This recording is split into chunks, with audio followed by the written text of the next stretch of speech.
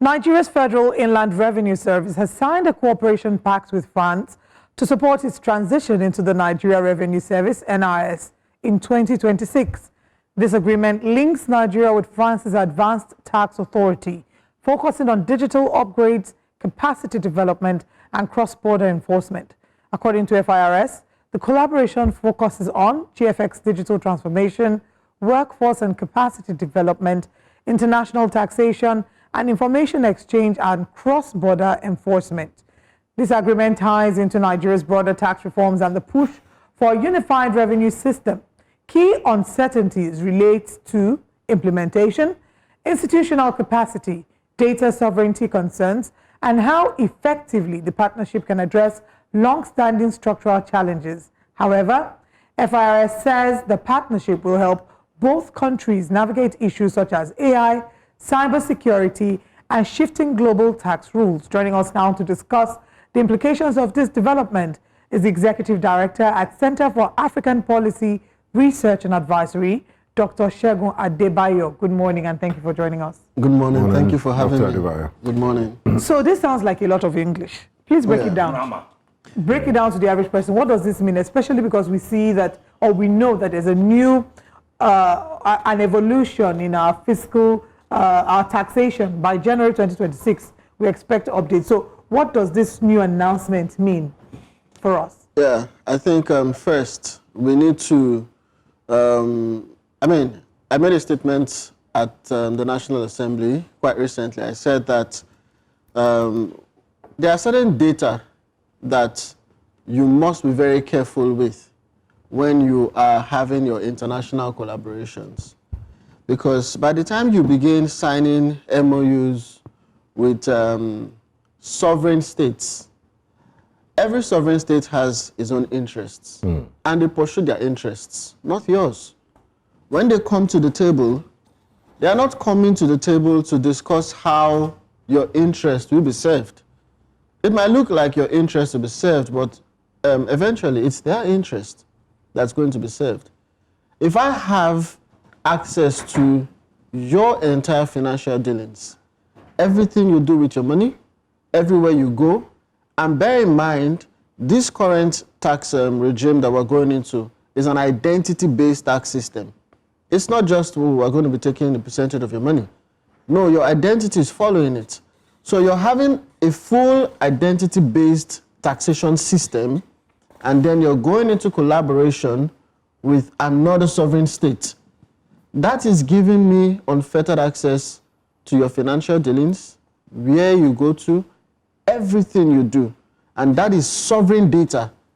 No foreign power hands over their sovereign data to another sovereign power in the name of an MOU or collaboration, whatever you want to call it.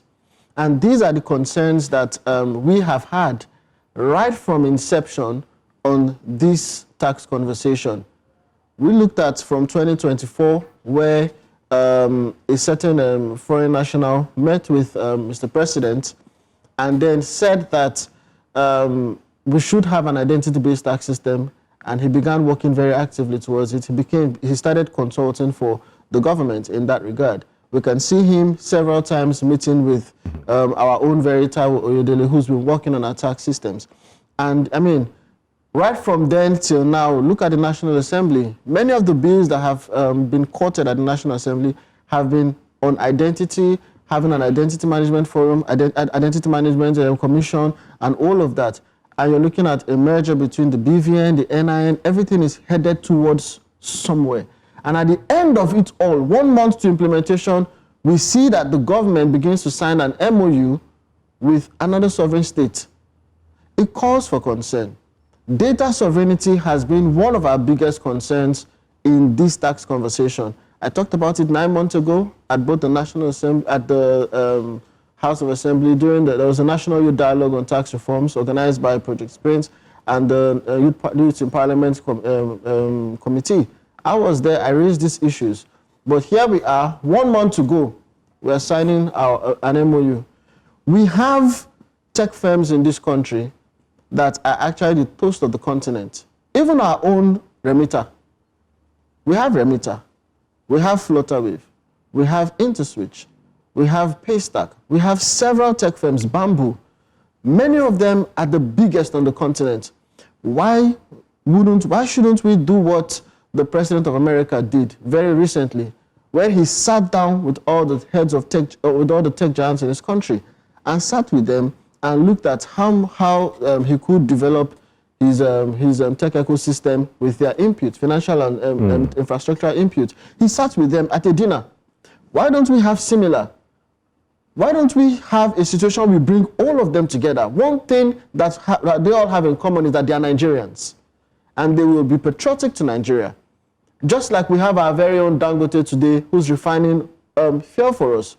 Why do we have to go? The government is talking about capacity. They said France has an advanced tax authority, and they're also talking about issues of capacity development. Do we have, I mean, if you look at a country like France, they have the global best practices when it comes to issues like taxation. So from the government's perspective, they're seeing it as more of a collaborative effort, that we have quite a lot to gain by collaborating.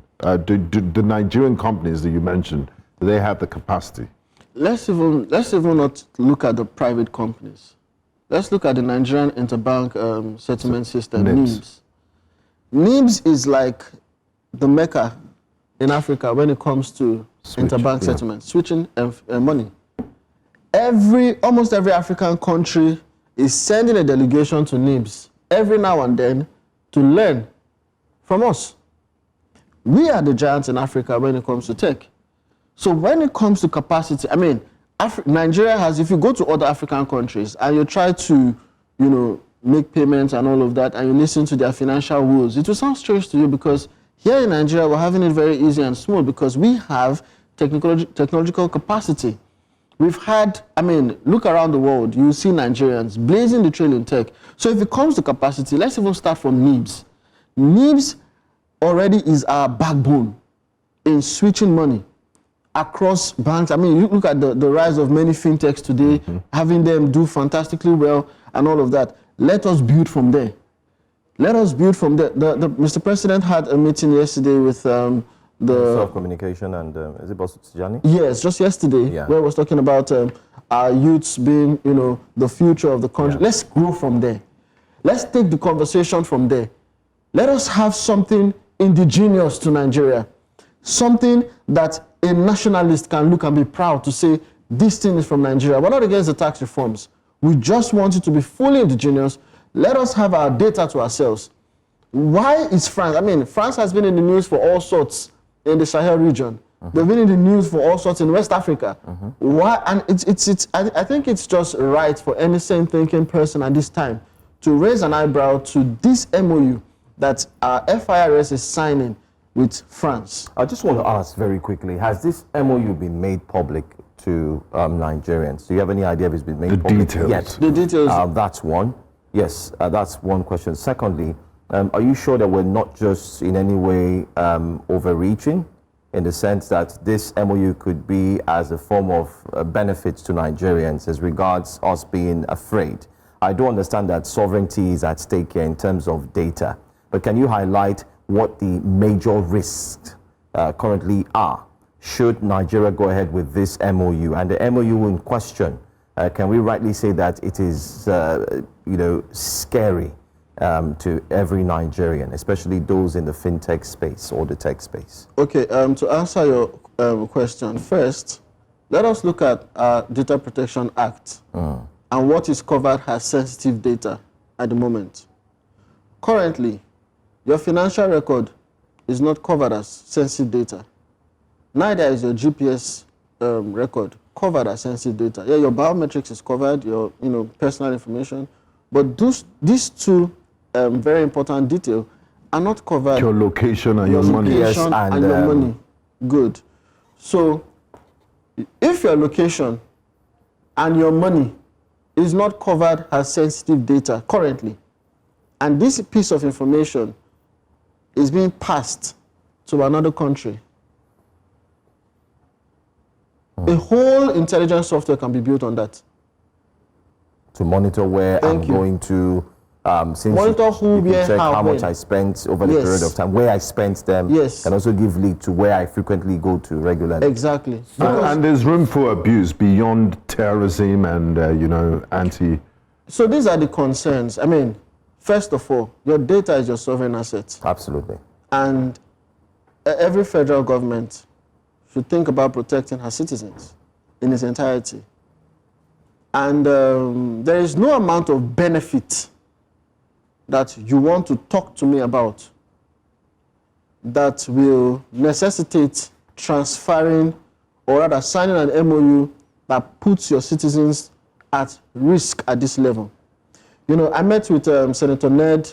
Senator Ned was pushing for a Data Protection Act earlier this year, and I think in March, and I met with him to introduce to his bill a couple of paragraphs, more than two actually, his amendment that was going to lead to the protection of Nigerians in this regard. And, he entertained it, and we're planning towards the public hearing for that particular bill because it had scaled second reading. And in the process of preparing for second reading, which was going to protect us, because I was advocating for first of all, amending our Data Protection Act to protect our data, sovereignty, to ensure that foreign nationals or foreign organizations are properly profiled, domesticated in Nigeria before they have access to our financial records, and also to, protect our data like the ones I just mentioned. These were the things I was proposing to add to it. But in the process, the tax bills were already passed. That means we're late. And then, of course, the conversations have snowballed until now. If this MOU was not signed yesterday, perhaps, I would have been quiet. But now it's been signed. And it's validating the concerns we had about data sovereignty. So the conversation has to begin. Is the Minister of Digital Economy not aware of this? I was about to ask that. Because he just launched something now, the 3MTT or something. That in a world where data protection is a big deal, it's your identity. It's on the front burner. It's on the front burner. Who is it that the government was not properly informed about the effects that you've mentioned? Yes. So I think that, when we say the federal government, there are several moving parts at the same time. FIRS is doing theirs, Minister of Digital Economy is doing theirs, everybody's doing theirs. But you see, this is where we now need to be better policed in an area of national sovereignty. It's a conversation, there needs to be a layer.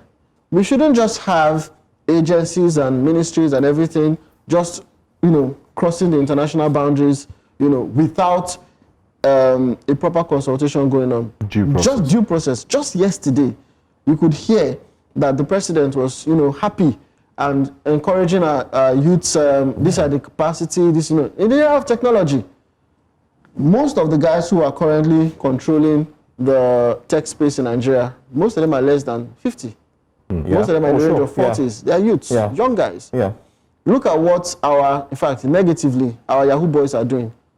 Let us even say we take them, reform them, and then put them... a lab. Yes. Let them make use. One thing is they have the skills, they have the knowledge. These guys are hacking into anything, doing all sorts.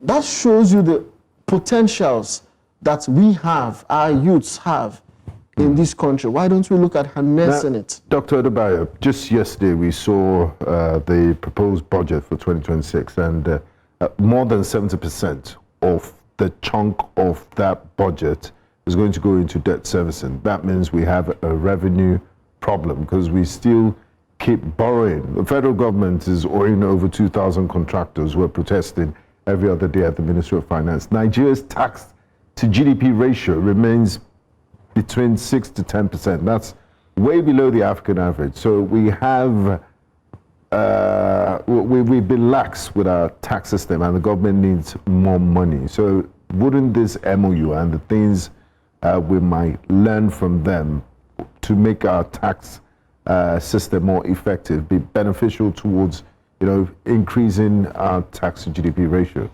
I think that... or are there other ways we could do it? I think that thinking of raising money through this tax system is just one way to look at solving a problem. There are many other ways that we can solve problems than,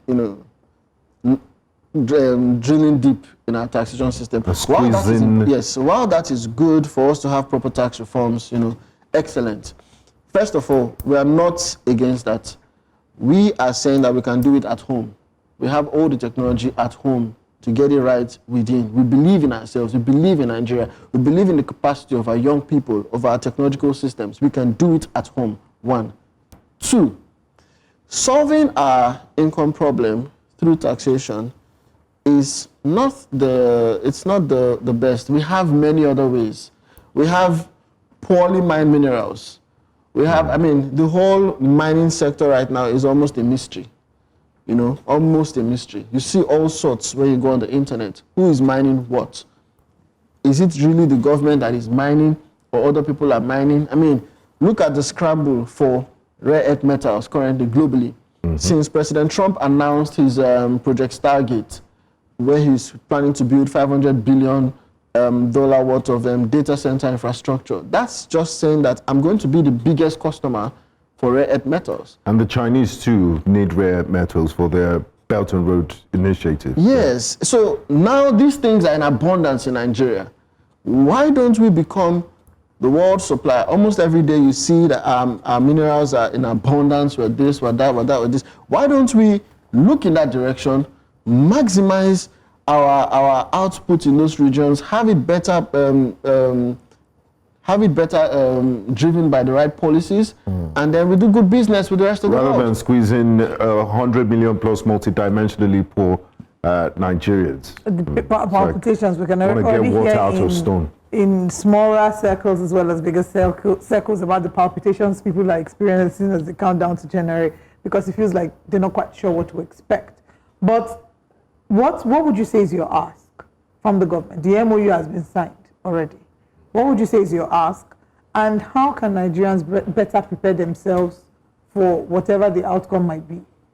My first ask is that the MOU be truncated. That's my first ask. I'll be very direct. And we should then develop a national policy to guide how we interact with the international world.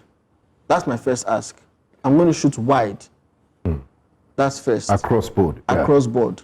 We need to have a proper policy. No ministry, no parastatal or agency should just knock on the front door of any country and then because it's looking good, they can, go ahead and do it. No, we should have a proper policy to guide our sovereignty as a nation, especially when there are geopolitical tensions at this time globally. That's my first ask. So that should be truncated, 1. Secondly, like I said, the president or the agencies responsible should have a stakeholder engagement. What are their requirements? Let us bring together our technological heads in this country. We have pull them together. We have quite a lot of them. If you bring Remita, you bring Flutterwave, you bring Paystack, you bring even the OPs and the rest of them who are here in the country, sit with them. Let's look at what is required. Even our Nigerian Interbank Settlement System, NIBS, let's look at it. What do we want to do? And then we own our technology. Let it be indigenous to us, just like NIBS currently is. Yeah. Let us have something indigenous to this country. And let us look at the end-to-end execution of our tax reforms to be sure that our data remains a sovereign asset of this country. They are not too much to ask. We are not saying truncate the whole tax reforms. We are saying truncate that MOU with France right now. And then let's come home, sit with ourselves, look at what we want to do. We're a sovereign state. We're a nation.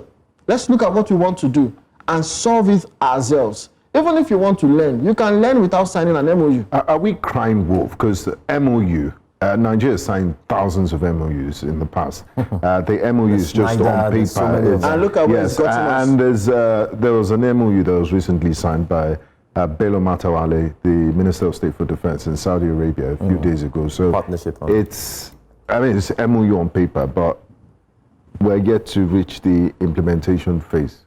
So is there still cause for alarm? So that's why policy researchers can actually look into the future. They look at the data, look at where things like this have been implemented. You don't even need to look so far. So it's as dangerous as implementation. Just Oh yes, the signing don't of the even MOU. look so far. I mean, Nigeria is sandwiched by French colonized nations. Just look to your left, to your right, to your north. Look around you. You have all your answers. You know. There's a lot to talk about, but I'm sure this conversation has started, and I mean, you started it. I'm sure you also have others who think the same way. But let's hope and see that the federal government will definitely respond to these statements you've made.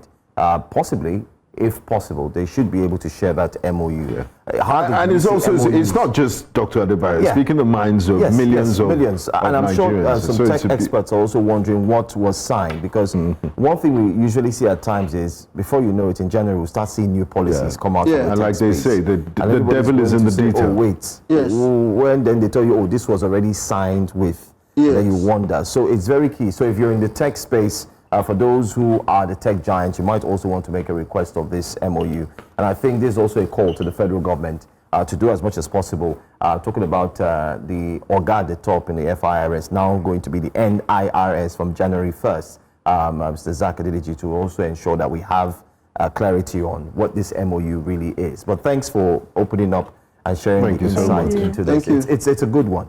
It's a good one.